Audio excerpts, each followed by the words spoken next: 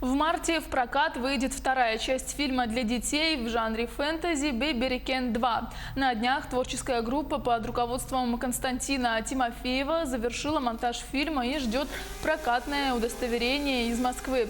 Сценарий фильма держат в секрете, так как для создания фильма использовались 5 известных якутских сказки. Вторая часть выйдет в прокат 19 марта этого года. По словам режиссера, в республике фильмов для детей почти не снимают.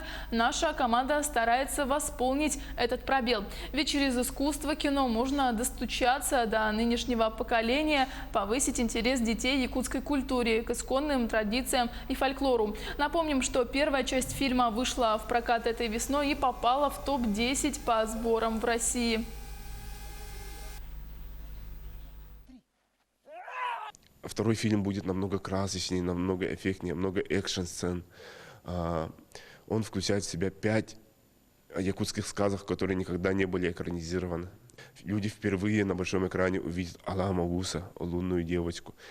Там еще некоторых богатырей, которые никогда на большом экране не были.